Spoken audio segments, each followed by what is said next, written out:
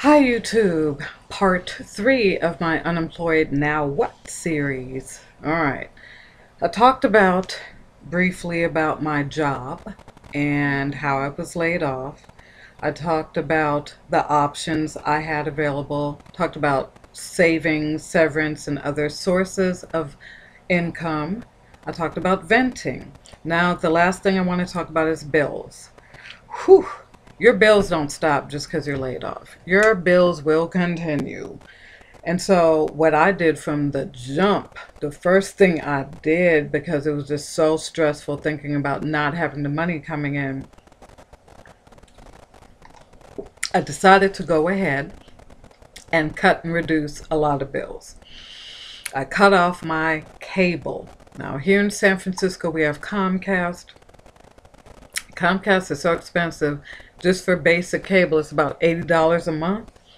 I was like, bye. I cut that off real quick. Landline phone, I was like, bye. You don't need that either. Just cutting bills. Anything I could cut, I cut. I figured, okay, cable TV, even though I'm home more, I'm not paying $80 a month. That's going to kill me. So I went ahead and just relied on things like, you know, Netflix and Hulu and all kind of shit like that. Oh, let me warn you too. I don't think I cursed the first 2 videos, but curse words come out my mouth. I just heard one. But I don't want to offend anybody. If you don't like cursing, yeah, I'm not the person for you. It will fly. Anyway, so I cut my cable bill off. I looked for a cheaper internet provider. And that was weird. That was a weird experience. I was paying for, who was my first internet? Oh, I had Earthlink because of some package that came with my computer. That was expensive. And so I kept researching it. I ended up going then with, didn't I have to? No. But I went to AT&T because it was going to be $14.95 a month. You know, I kept going to whatever was cheap, getting all kind of cheap packages and doing the math. I would always break out my calculator and do the math on bills. Yeah, I cut my grocery bills, reduced that largely. I would not buy a lot of snack foods. I wouldn't buy expensive meat and cheese. I used to love cheese, but it was like, you cannot afford your hoity-toity cheese anymore. All of that was cut down. What else did I cut out? Yeah, like magazines. I wouldn't buy magazines anymore. I wouldn't buy books because I love to read. I used to buy my books because I believe in helping out the authors and things like that. But I stopped buying books. I stopped eating out. You can go ahead and cook meals at home that are far more nutritious, far more inexpensive. Just, it's better to eat at home. It's cleaner. You don't know what goes on in those restaurant kitchens. I can make videos on that all day. And I know people who work in food service. I know the behind the scenes, it's a hot mess. I did a lot of cooking at home. I would walk or take BART instead of driving and paying for gas. I just did all kind of cutbacks.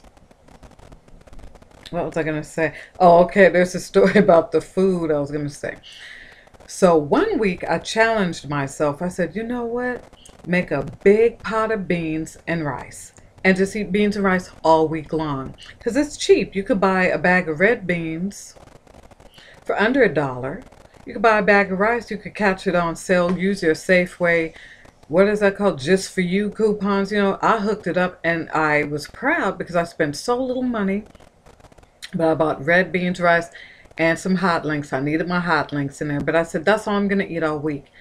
And I was just thinking of inexpensive foods to buy.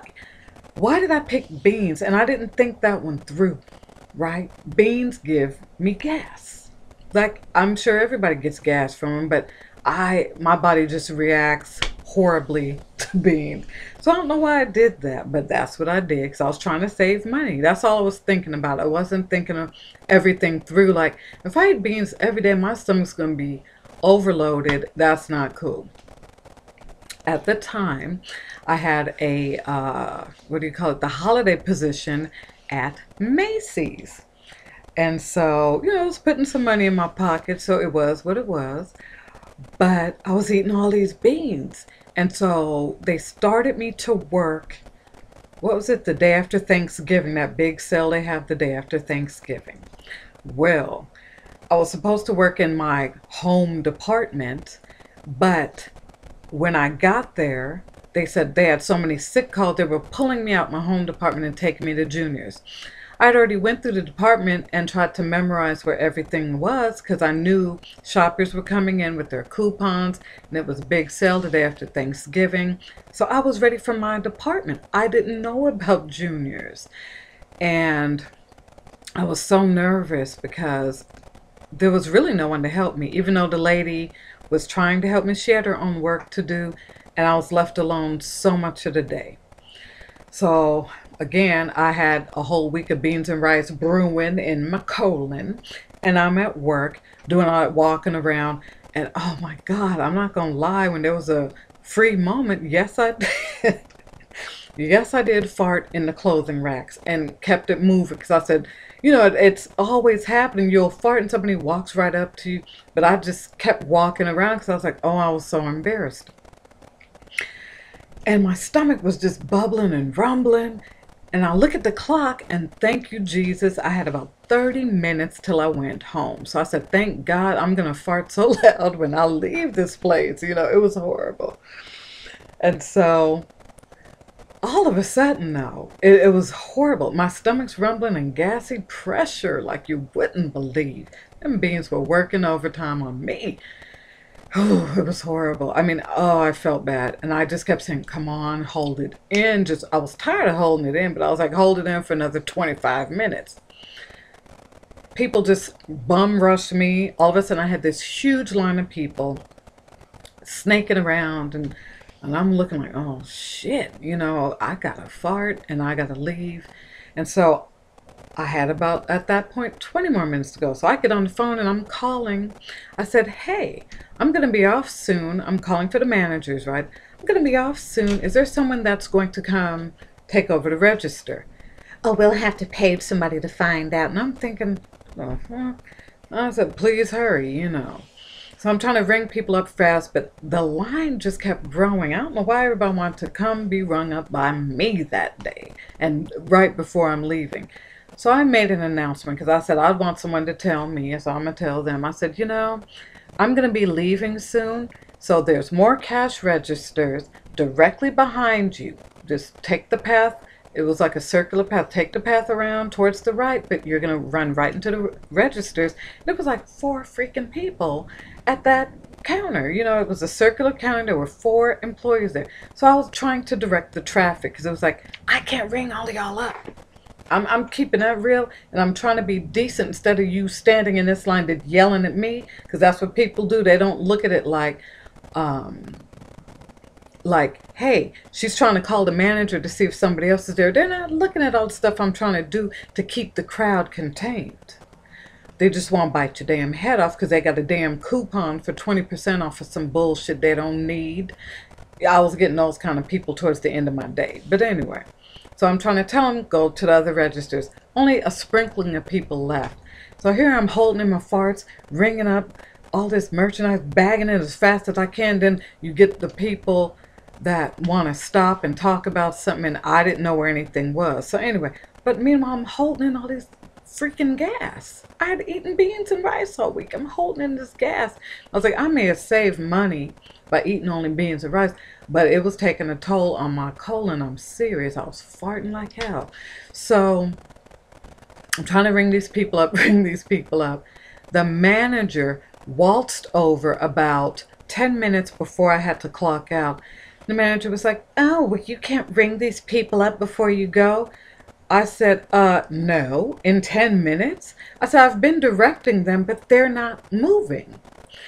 And so the manager made the announcement. She said, "Oh, that's a great idea to direct people. Thank you for doing that. That shows a lot of concern." I thought it was a good idea too, you know. So I said, "Yeah, but they are not moving, and I can't cash out and do the rest of the things you want me to do in 10 minutes and ring these people up." You know, I'm just being real, and I'm trying to save people time because I'd want someone to save me time. It's kind of like going up to a teller and they close right before you get there. You know, you don't want that. So I was trying to let them know I'm leaving, you know, and there's no one replacing me and the rest of it. No one showed up to replace me. You know, I'm calling about that. So I'm holding in all kind of gas. The pressure is just freaking building up into my lungs and into my chest. It was horrible. And the manager's trying to tell people to leave. One guy went off. Like, he didn't hear me announce it as many times as I did. He went off on me. They gave him coupons for going off on me. And I'm fed up, and I'm just saying to myself, you know what? Just get out of here. It's been a long day. You are so gassy. Just get the hell out of here. So I'm packing up my stuff to go because I was like, I'm done. You know, I have to get outside to the fresh air. I'm packing my stuff, and I drop my wallet. They only let you bring in small wallets. I dropped my wallet on the floor, bent down to pick it up, and let out the biggest goddamn fart in the world. I mean, it was huge. I said, God damn, no, I didn't just fart this loud in front of people. The manager was standing there. The people in line were standing there. I mean, I let out the biggest goddamn fart they've ever seen, right? Or heard, I should say. I was so embarrassed, but I was so tired of holding it in. I just felt relieved. And I said, God, dog, that felt good. And I said, you know what? It is what it is. All these people are watching me having a stressed out day. Then I just bend over and farted like hell. I said, you know what? I'm just fucking done. I grabbed my shit and marched the hell out of there, signed out, and just said, fuck it. Farting and shit. But I'm farting because I'm trying to save money on groceries. I thought it was funny to look back on. Anyway, back on track. I farted louder than shit. I'm trying to tell you, it was the loudest goddamn fart. Yeah, and I remember that whenever I make beans rice, I'm like, oh, only eat that shit for 2 days. All right. So, and I did save money eating beans and rice. But yeah, only for 2 days, not a whole week. No. Okay, to save money on bills also. I lived alone. Consider getting a roommate. I don't like to live with other people. And I'm sure a lot of people feel that way. Because a roommate can be not so fun, right? I've had a roommate before, and that's a whole nother video too.